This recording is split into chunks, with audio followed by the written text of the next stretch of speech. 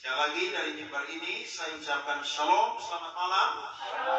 Puji Tuhan, terima kasih untuk Tuhan Yesus yang memberikan kesempatan kepada saya malam hari ini untuk memberitakan kabar baik kepada kita semua yang hadir pada malam hari ini. Dan juga yang mengikuti di live streaming Facebook, saya juga mengucapkan shalom untuk saudara-saudara semua. Terima kasih buat Bapak Denny dan juga Mama Mei yang kasih kesempatan kepada saya kembali untuk menyampaikan firman Tuhan pada malam hari ini. Mari kita buka Alkitab kita, surat Filipi pasal yang ketiga, ayat yang pertama sampai ayat yang ketujuh. Saya akan bicara dengan judul kebenaran yang sejati. Kita akan baca firman Tuhan bersaut-sautan. Saya ayat 1, saudara ayat 2.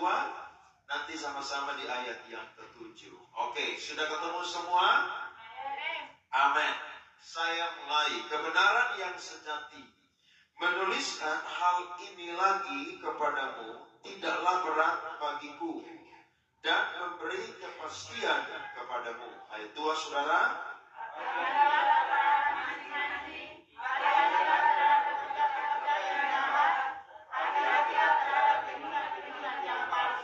Karena kitalah orang-orang bersunat yang beribadah oleh Roh Allah dan berpegang dalam Kristus Yesus dan tidak menaruh percaya pada hal-hal lahiriah.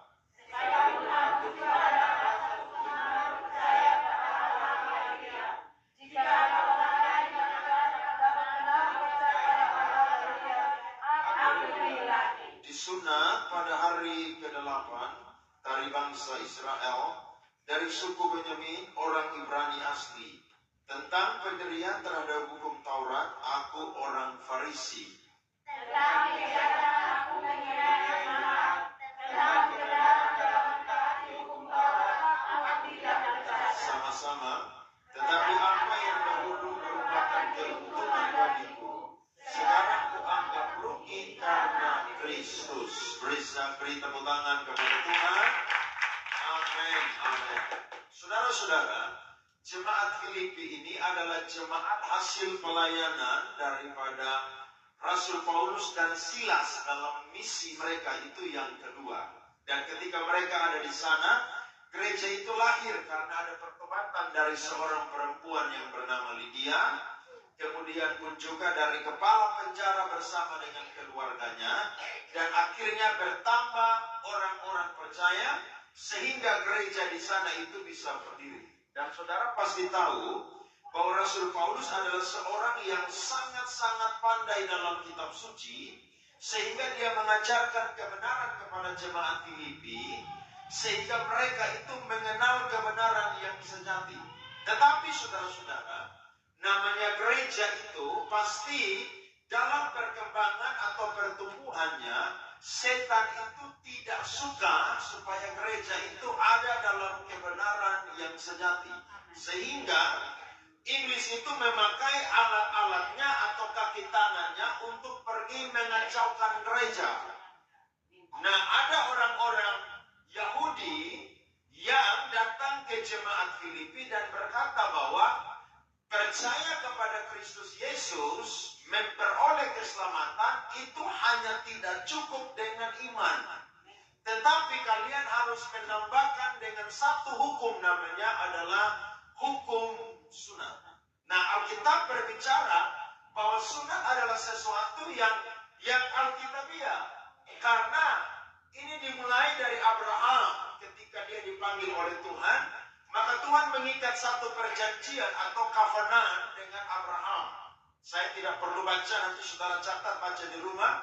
Dalam Kejadian pasal 17, di situ jelas bahwa Tuhan berkata kepada Abraham bahwa aku akan membuat engkau menjadi bapa sejumlah besar bangsa. Namamu bukan lagi Abram, tetapi Abraham. Keturunanmu akan menjadi raja-raja. Bahkan keturunanmu akan menduduki tanah Kanaan yang kujanjikan kepadamu. Tetapi yang menjadi bagian yang harus engkau lakukan adalah setiap anak laki-laki yang lahir daripadamu atau yang berasal dari keturunanmu, mereka semua harus disunat pada hari yang ke-8. Sehingga sunat adalah sesuatu yang alkitabiah. Yesus sendiri pada hari ke-8 sebagai orang Yahudi, keturunan Abraham, dia pun juga itu disunat. Tetapi tahukah saudara, sunat itu hanya berlaku ketika Kristus datang, saudara. Itu sampai di situ saja.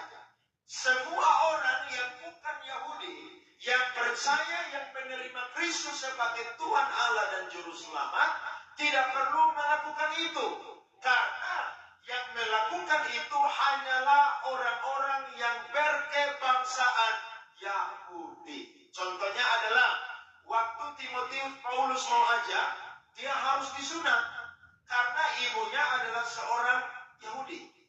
Tetapi saudara, dalam Galatia pasal 2 ayat yang ketiga, Titus itu tidak disunat karena dia adalah orang Yunani. Sehingga sunat adalah sesuatu yang tidak diwajibkan. Yang diwajibkan adalah menjadi ciptaan yang baru. Coba lihat Kisah Rasul pasal 15, saudara-saudara, ayat 1 sampai ayat yang kedua. Alkitab berkata, beberapa orang datang dari Yudea ke Antioquia dan mengajarkan kepada saudara-saudara di situ, jikalau kamu tidak disunat menurut adat istiadat. Saudara perhatikan, adat istiadat yang diwariskan oleh Musa, kamu tidak dapat diselamatkan. Sehingga ayat 2 berkata, Paulus dan Barnabas tidak menerima, karena kalau semua orang melakukan hukum sunat, yakni orang-orang goyim atau non-Yahudi, maka kematian Kristus itu tidak ada artinya. Tidak ada artinya, karena mereka terikat dengan adat yang seharusnya mereka itu tidak melakukannya. Sehingga waktu mereka melakukan sidang sinode pertama di Yerusalem, maka keputusan yang keluar, saudara perhatikan ayat 29. Alkitab berkata, kamu harus menjauhkan diri dari makanan yang dipersembahkan kepada berhala, dari darah, dari daging binatang yang mati dicekik, dan dari percabulan. Jikalau kamu memelihara diri dari hal-hal ini, kamu berbuat baik. Sekianlah apalagi saudara-saudara, selamat. Itu jawaban yang diberikan kepada jemaat yang ada di Antioquia, yang latar belakangnya bukan orang-orang Yahudi. Jadi saudara perhatikan, ada adat itu yang alkitabiah, tapi ada adat juga yang tidak alkitabiah lagi. Ini sesuatu yang tidak bertolak belakang, karena Alkitab mencatat orang Yahudi harus disunatkan, tetapi orang non-Yahudi tidak perlu disunatkan. Sehingga Paulus bilang dalam Galatia pasal 5 ayat 6, Alkitab berkata, sebab bagi orang-orang yang ada di dalam Kristus, Yesus hal bersunat atau tidak bersunat tidak mempunyai apa saudara-saudara? Sesuatu arti. Hanya iman yang bekerja oleh kasih. Sehingga Paulus bilang tadi ayat yang kedua, hati-hatilah kepada penyunat-penyunat palsu dan juga anjing. Orang Yahudi itu kalau hina orang bilang anjing. Nah, Paulus balik bahwa kalau mereka ajar-ajaran yang tidak alkitabiah, hati-hati karena mereka adalah anjing. Jadi orang yang ajar sesat, nabi palsu itu tidak ada kata yang lemah lembut, hantam yang keras. Loh iya dong, karena mereka itu mau dipakai oleh iblis untuk merusak atau bikin kacau di tengah-tengah jemaat. Tidak boleh. Gereja harus mengedepankan pemberitaan firman yang murni atau yang benar, sehingga orang-orang yang mau mencoba untuk mengacaukan, mereka akan dikalahkan dengan Injil sejati yang berisikan kebenaran yang sejati. Nah, saudara-saudara, mereka ini membanggakan diri bahwa mereka adalah orang-orang Yahudi, orang-orang pilihan Tuhan, dan lewat mereka keselamatan itu sampai kepada bangsa-bangsa. Betul, keselamatan itu saudara berasal dari Yahudi. Tapi ingat, Roma pasal 3 ayat 27 berkata bahwa Yesus Kristus adalah Allah bagi semua orang, bagi semua bangsa. Sehingga siapapun dia, ketika percaya kepada Kristus, maka yang berlaku adalah kebenaran yang sejati. Mereka bangga-bangga, akhirnya Paulus yang begitu rendah hati, dia agak sedikit, saudara, ungkit masa lalu dia. Dia bilang apa di sana? Dia adalah orang Ibrani asli. Dia adalah orang Israel. Disunat pada hari ke-8. Bahkan Alkitab berkata bahwa dia dari suku Benyamin. Ini dia ungkit, saudara, dia punya keyahudian yang begitu murni. Dia asli, tidak ada campuran. Jadi kalau dia mau sombong, saudara, bisa saja. Karena memang dia punya darah yang mengalir dalam dia punya pribadi. Itu benar-benar Yahudi murni, saudara-saudara. Bahkan dia berkata, dalam hal mentaati hukum Taurat, aku tidak bercacat. Bahkan dia adalah seorang penganiaya jemaat. Tetapi ketika dia berjumpa dengan Kristus, Alkitab berkata, dia anggap semua hal-hal lahiriah yang dia menaruh percaya adalah satu kerugian bagi Rasul Paulus. Nah, orang kalau sudah ketemu dengan Kristus, semua yang jadi kebanggaan masa lalu itu dia bilang rugi. Kalau dia sombong masa lalu, dia bilang, aduh, saya rugi karena dulu saya orang yang sombong. Kalau dia bernegah dalam hal-hal lahiriah, dia akan menyesali dan dia berkata, rugi itu semua. Karena ketika memiliki Kristus, itu adalah sesuatu yang lebih berharga daripada apapun juga. Saudara perhatikan, orang kalau ketemu dengan Kristus, semua yang dia omong, semua yang dia lakukan, semua yang dia tunjukkan, semua itu, saudara, mengedepankan Kristus dalam kehidupan dia. Dia tidak akan ngomong dia punya diri lagi. Dia tidak akan promosi dia punya diri lagi. Dia tidak akan sombong dengan hal-hal lahiriah. Karena bagi dia, itu sesuatu yang rugi. Bahkan kalau saudara baca nanti ayat 8, di situ dia bilang semua itu dia anggap sampah. Jadi orang itu kalau belum bertobat, semua dia lahiriah itu dia bangga habis. Beta ini orang roti asli. Bapak tuh yang punya roti tahu. Saya puasa nih di mana-mana. Saya tidak bisa makan makanan yang model begini. Saya makan 4 sehat 5 sempurna. Ya, saya punya kulit tidak bisa kena cahaya matahari kalau jam 12 siang.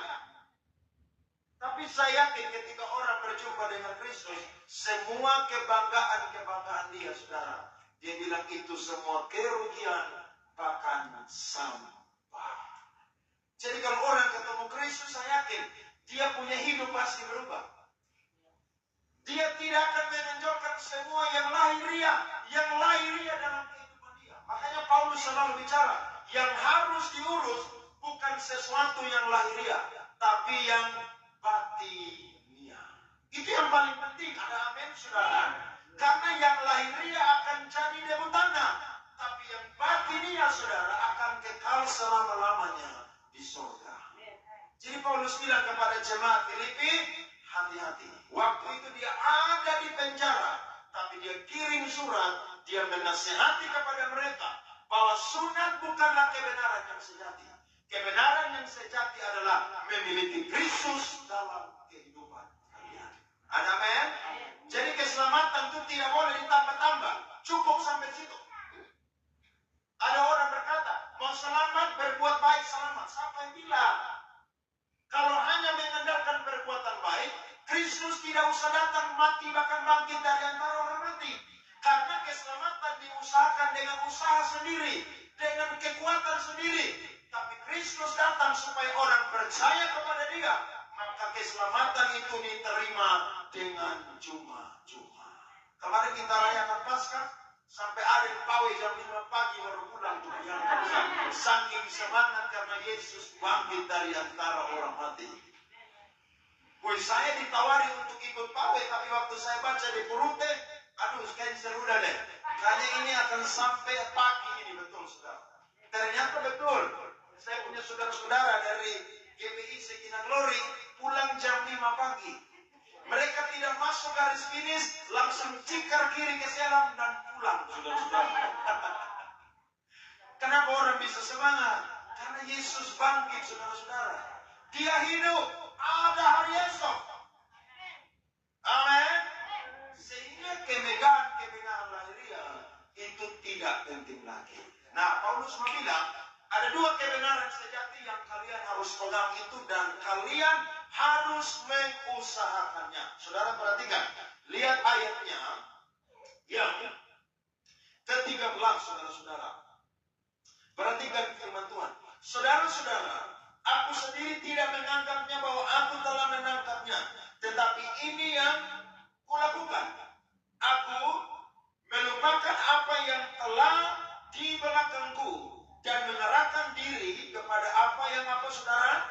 Di hadapanku. Ayat 14. Dan berlari-lari kepada tujuan untuk memperoleh hadiah, yaitu panggilan surgawi dari Allah dalam Kristus Yesus. Ini yang Paulus kejar, saudara-saudara. Apa itu? Saudara perhatikan ayatnya yang ke-8. Di situ firman Tuhan berkata, Alkitab berkata kepada kita semua, firman Tuhan. Satu orang bisa baca buat saya, saudara-saudara. Malahan segala sesuatu kuanggap rugi karena pengenalan akan Kristus Yesus Tuhanku lebih mulia daripada semuanya. Yes. Oleh karena dialah aku telah melepaskan semuanya itu dan menganggapnya sampah supaya aku memperoleh Kristus. Kebenaran yang sejati menurut Rasul Paulus dan firman Tuhan adalah mengenal Kristus Yesus. Saudara-saudara, kata mengenal ini itu dari akar kata Yunani gnou. Kata gnou ini melahirkan banyak sekali pengertian. Tapi saya coba angkat dua pengertian saja.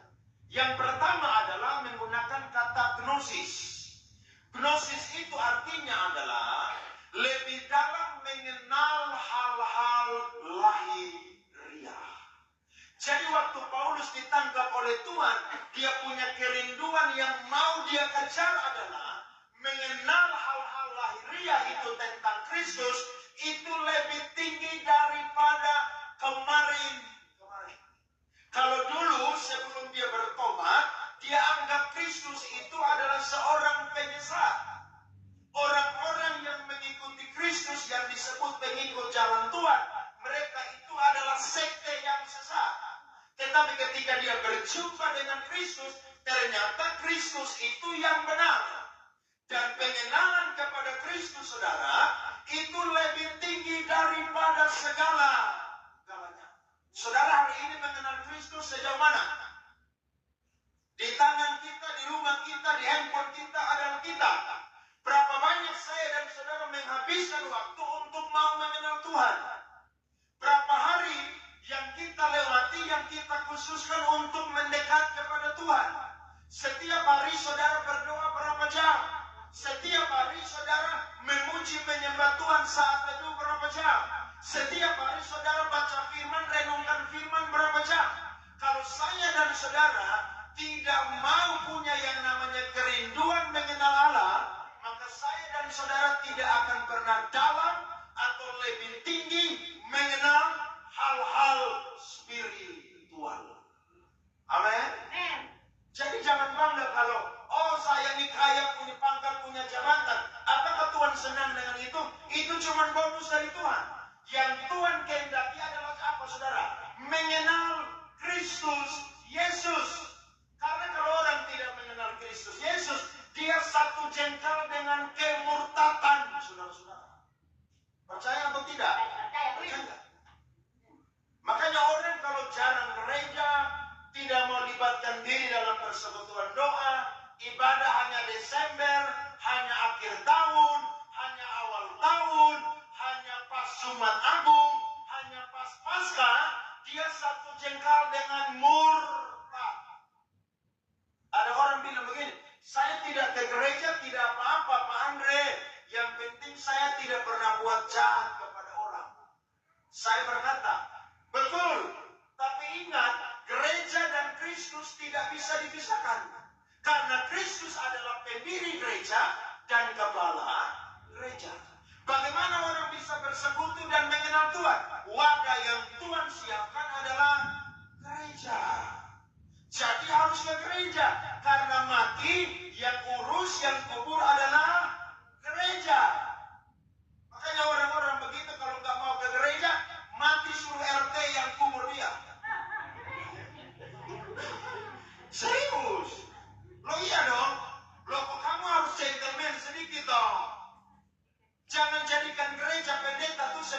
diperbudak seperti kacung.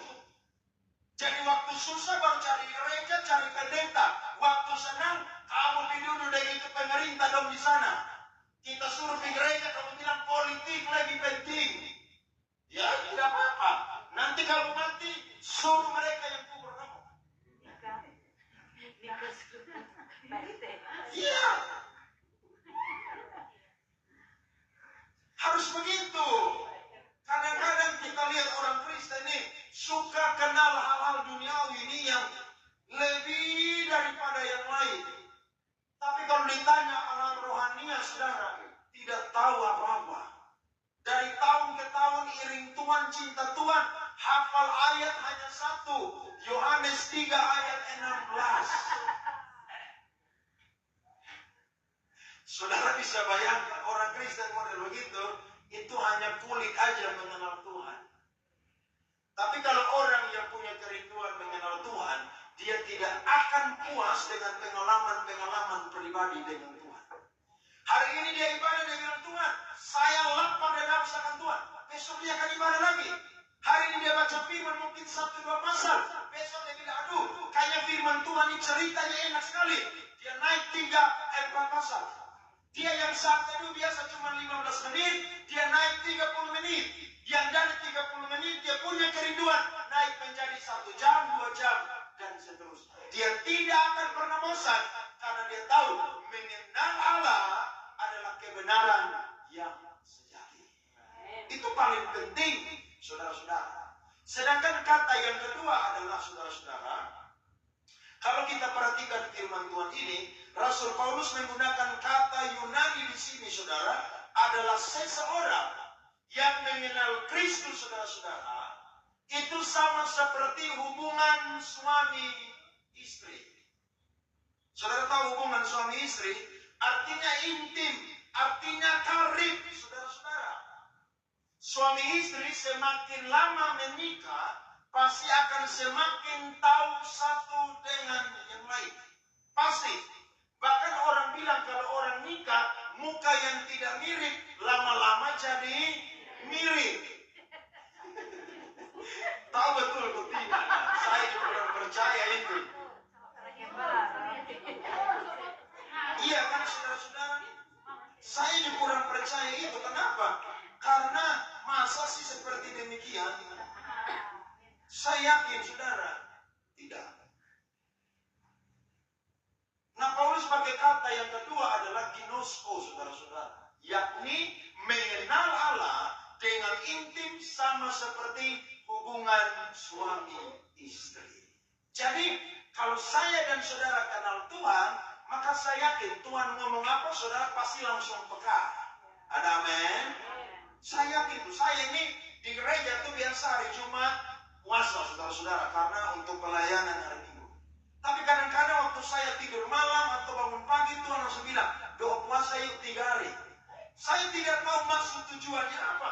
Tapi ada aja Tuhan punya rencana-rencana yang Tuhan itu mau nyatakan dan bukakan. Ya udah saya puasa aja. Sekalian diet kan saudara-saudara.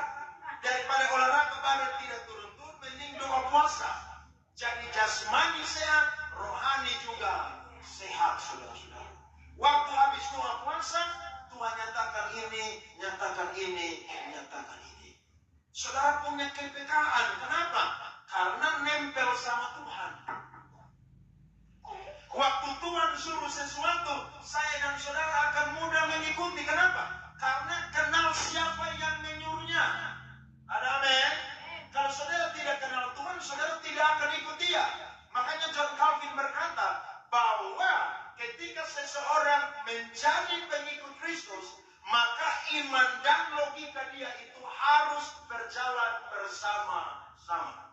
Sehingga waktu dia punya iman dan Allah memerintahkan kepada dia sesuatu yang tidak masuk akal, tetapi nanti di belakang dia akan memahami dengan logikanya bahwa ternyata Allah tidak salah memerintah saya untuk melakukan sesuatu.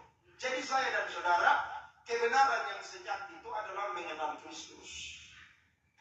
Yesus pernah bilang, buat apa orang memiliki seisi dunia ini tapi kehilangan nyawanya? Buat apa orang kaya raya, pangkat besar, kedudukan tinggi, ya harta di mana-mana, populer di mana-mana, tapi tidak kenal Kristus, itu satu kerugian yang sangat-sangat akan disesali di akhir zaman nanti. Paulus bilang, yang kukehendaki adalah apa saudara? Mengenal Kristus. Itu yang paling penting. Itu yang paling penting, saudara-saudara. Jadi mari ukur kerohanian kita. Sejauh mana saya dan saudara sudah mengenal Kristus. Orang kerja di bank, tiap hari dia pegang uang. Bagaimana dia tahu uang itu asli dan palsu? Tiap hari dia pegang uang yang asli. Jadi ketika ada orang yang datang mau tukar uang, dari gambarnya saja, dari penglihatannya saja, dari waktu dia pegang aja, dia akan tahu bahwa itu bukan uang yang asli, tapi uang yang palsu. Amin.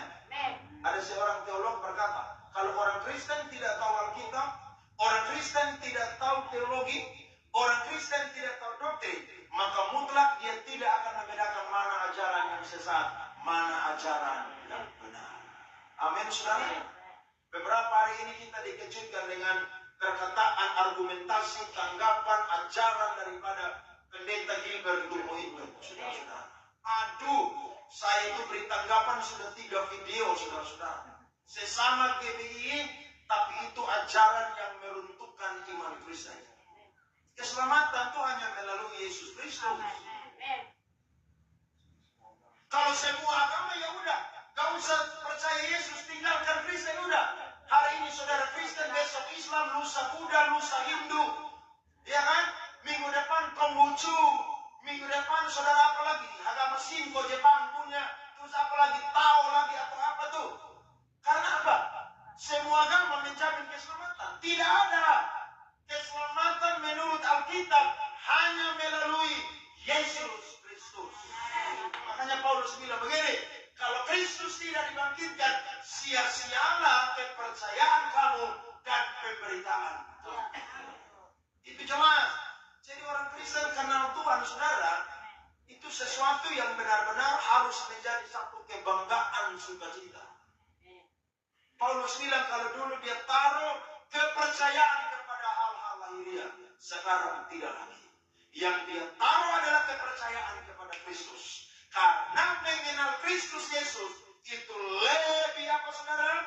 Mulia daripada apa saudara? Semuanya. Amin saudara? Itu yang lebih mulia. Jadi biar saudara susah-susah iring Tuhan di dunia ini, ya saudara dan saya mungkin tidak kaya, punya harta yang banyak seperti orang-orang di luar sana, jangan menyesali atau jangan tinggalkan Yesus. Karena itu cuma persediaan sementara waktu kita hidup di muka bumi. Nanti waktu kita ketemu dengan Tuhan, kita akan mendapatkan semua yang Tuhan janjikan. Kalau Tuhan berikan, puji Tuhan. Amin. Tapi kalau Tuhan tidak berikan, tetap cinta Tuhan dan punya kerinduan mengenal Kristus. Tidak heran Rasul Paulus kemanapun dia pergi, dia selalu siap menderita hanya demi Kristus Yesus. Karena dia kenal kepada siapa dia percaya. Dia hidup bukan karena melihat, tapi karena percaya. Saya dan saudara tidak lihat Kristus, tapi kita percaya dia adalah hakim yang ada di surga. Ada amin. Jadi Yesus itu segala-galanya.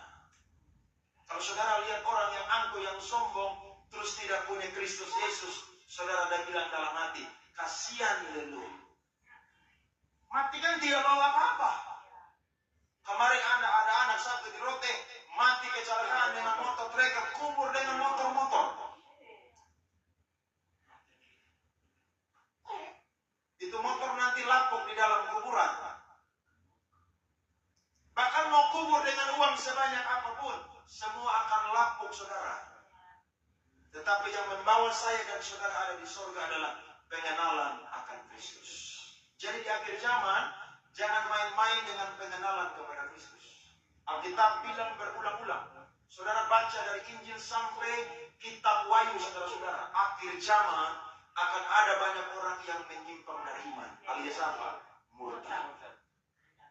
Kalau orang Kristen tidak mengenal Tuhan, Orang langsung datang, bujuk, kasih ajaran yang sesat. Apalagi kasih bantuan, kasih makan, minum, kasih uang. Langsung mudah menjual Yesus Kristus. Kalau orang mengenal Kristus, dia akan pegang Kristus dengan erat-erat.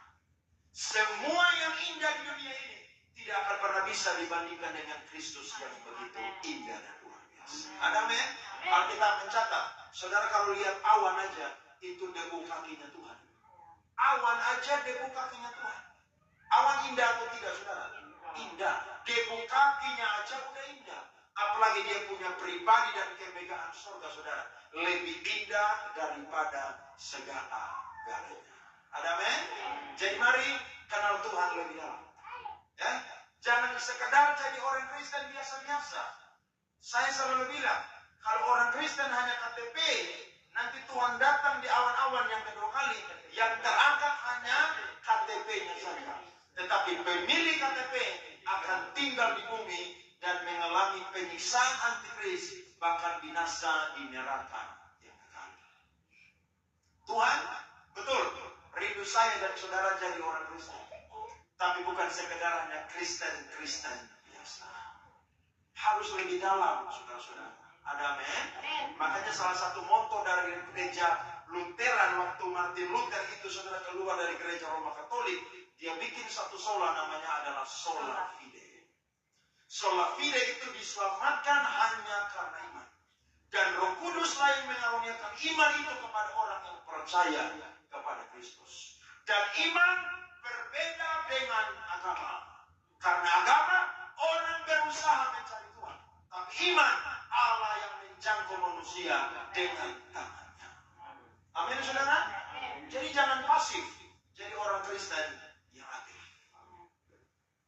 Yang kedua, kebenaran sejati yang bisa kita pelajari, saudara perhatikan ayat yang ke-10. Satu orang baca buat saya.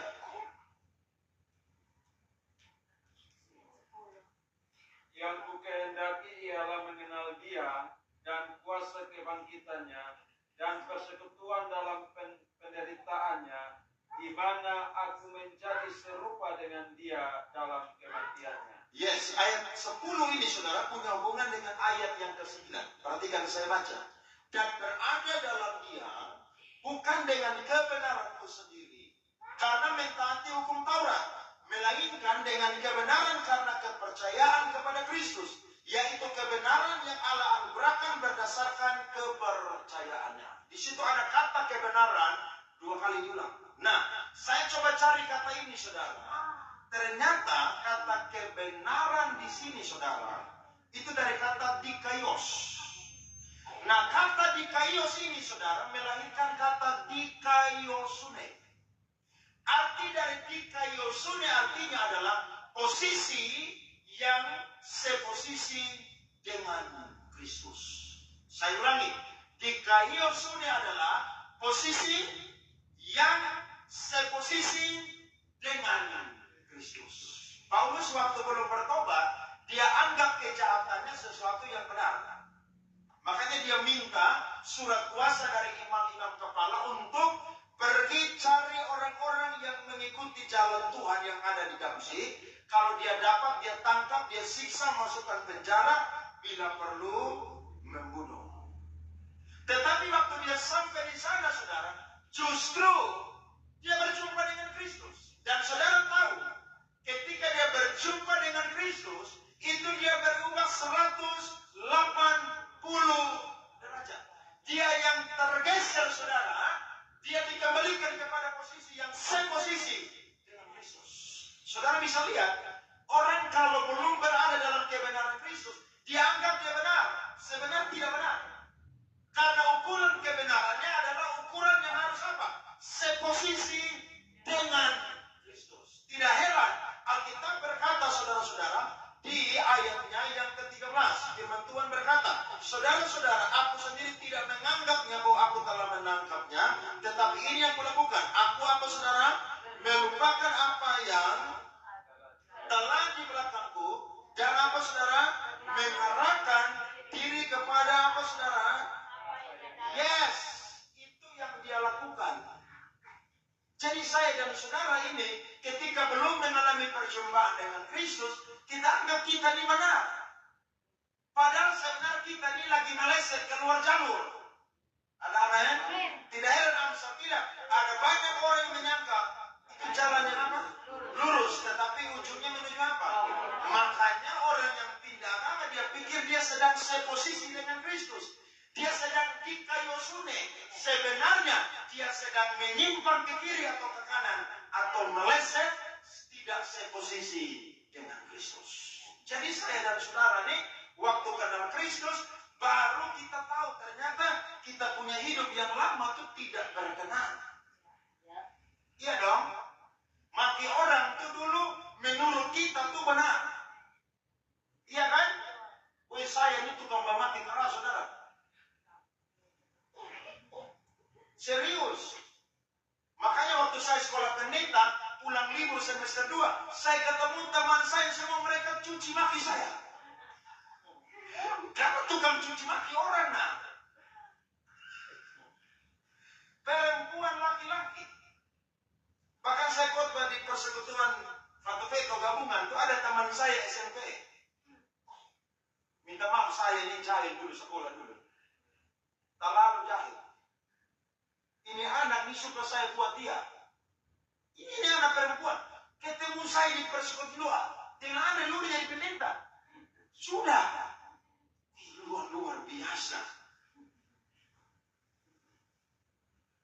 Kita kalau belum ada dalam kebenaran Kristus, kita anggap semua yang kita buat itu benar. Maki orang benar, gosip orang benar, ya kan? Apalagi saudara, main judi benar, minum mabuk benar, isap rokok benar, apalagi saudara, bersina benar, selingkuh benar, apalagi saudara, taji ayam benar, apalagi saudara, minum moke benar, minum sopi benar, pesta pora benar, penyembahan berhala benar, dan sebagainya. Tetapi ketika kita seposisi dengan Kristus, ternyata semua itu salah. Nah ini yang saya dan saudara harus kejar. Amin. Makanya Yakobus bilang Alkitab ini cermin yang paling besar. Cermin yang paling full body. Kenapa? Karena dia lihat dari seposisi. Jadi kita jadi anak Tuhan ini bukan enak-enak saudara. Tuhan pantau kita dengan dia punya mata yang menjelajah ini seluruh dunia. Amsal 13 ayat 5 bilang apa? Mata Tuhan menjelajah apa? Ini dunia. Melihat orang yang jahat dengan orang yang fasik. Yang benar. Jadi dia bilang orang jahat, mereka buat jahat terus begitu Tuhan ada lagi. Tidak balas mereka. Mereka lagi kumpul-kumpul. Ingat itu kisah Sodom dan Gomora. Orang-orang yang ada di sekeliling mereka tuh tidak tahan lagi karena apa? Karena mereka punya kejahatan. Akhirnya Tuhan hukum saudara. Api belerang turun saudara. Itu kota Sodom dan Gomora saudara. Ditunggang balikan. Jadi saya dan saudara, kalau kita belum berada di dalam Kristus, kita menganggap semuanya itu baik. Tetapi ketika kita sudah ada di dalam Kristus, saya yakin dan percaya. Semua yang buruk yang kita lakukan saudara-saudara, itu kita anggap semua adalah satu kerugian, bahkan juga sampah. Apa yang saya dan saudara harus buat? Tebus kita punya waktu yang kita sudah berikan ke dunia. Jadi kalau ada yang bertobat umur 40, nah kasih mulai umur 40 sampai mati, ya Tuhan sudah. Kalau ada yang masih muda, kasih hidup. Maka seperti ini. Kepada Tuhan, sejak Tuhan panggil masa muda. Saya melayani Tuhan tahun ini, saudara. Sudah 24 tahun. 15 tahun jadi pemain keyboard. Dan 8 tahun mau 9 tahun jadi pendeta. Saya bersyukur, Tuhan panggil saya masih umur 16 tahun. Dan saya tidak pernah menyesali. Kenapa? Karena ada banyak kejahatan-kejahatan yang harusnya saya lakukan. Tapi Tuhan panggil lebih cepat. Maka saya menyerahkan diri kepada Tuhan. Saudara tahu, berada dalam kebenaran Itu adalah kerinduan yang paling besar dalam setiap orang yang percaya. Baca firman tiap hari, supaya kita akan cek kita punya kekurangan di mana. Karena semakin saya dan saudara baca kitab, kita akan menemukan bahwa kita bukan tambah sempurna. Ternyata ada banyak kekurangan, kesalahan, pelanggaran di dalam kehidupan kita. Kejar kebenaran. Amin, saudara-saudara. Itu yang paling penting. Sebab kalau saya dan saudara tidak pegang kebenaran, maka akan ada kebenaran yang palsu yang datang dan yang akan membuat saya dan saudara berpaling dari kebenaran. Paulus bilang, hati-hati kepada anjing-anjing penyunat-penyunat palsu. Itu hanya berlaku untuk orang-orang Yahudi. Tapi kita orang-orang non-Yahudi tidak berlaku. Yang berlaku adalah percaya kepada Kristus, bahwa dia adalah Tuhan, Allah, dan Juru Selamat. Amin. Saudara mau mengenal Tuhan lebih dalam? Mau ada dalam kebenarannya Tuhan? Jangan mau kompromi dengan dunia ini. Saya kadang-kadang sedih sebagai pendeta. Serius. Kalau ada orang menikah di gereja kita berkati, kita ibadah, kita bimbing yang pranikah, ya kasih ayat. Bimbing orang tua, saksi keluarga. Tapi nanti waktu mereka pulang ke rumah, semua firman yang kita kasih, mereka lupakan. Yang ada apa? Pesta pora sampai pagi. Kadang-kadang kita mau keras juga, mau usir dari gereja, namanya orang Kristen, jemaat masih mau usir. Tapi tanggung jawab kita sebagai pendeta sudah kita lakukan. Karena ingat, sorga itu masuknya sendiri-sendiri. Bukan satu keluarga, bukan kelompok. Jadi kalau ada 5 orang, satu bertobat, hela bawa itu apa orang? Tidak ada. Keselamatan sendiri. Biar suami kita, istri kita, anak-anak kita kasih. Tapi itu cuma di bumi saja. Kalau tidak mau bertobat, tidak ada tempat di sorga bagi orang yang tidak mau. Itu sebabnya miliki punya kerinduan seperti Rasul Paulus. Amin. Dia ada di penjara. Tapi dia bilang begini, kebenaran yang sejati bukanlah sunat lahir. Tapi yang pertama adalah mengenal Kristus Yesus. Yang kedua adalah berada dalam kebenarannya Kristus. Kalau kita punya itu, saya yakin dan percaya, ada upah mahkota yang Tuhan sediakan kepada kita. Kita tidak akan gagal. Karena apa saudara-saudara? Karena kita setia sampai akhir. Tuhan berkati kita dengan firman Tuhan pada malam hari ini. Amin, saudara-saudara.